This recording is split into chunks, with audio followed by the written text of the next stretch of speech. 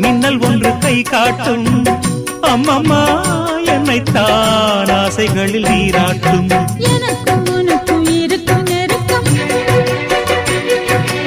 இளமை தொடங்கி முதுமை வரைக்கும் இரவும் பகலும் உறவை வளர்க்கும் இடையில் இருக்கும் தடையை தகர்க்கும்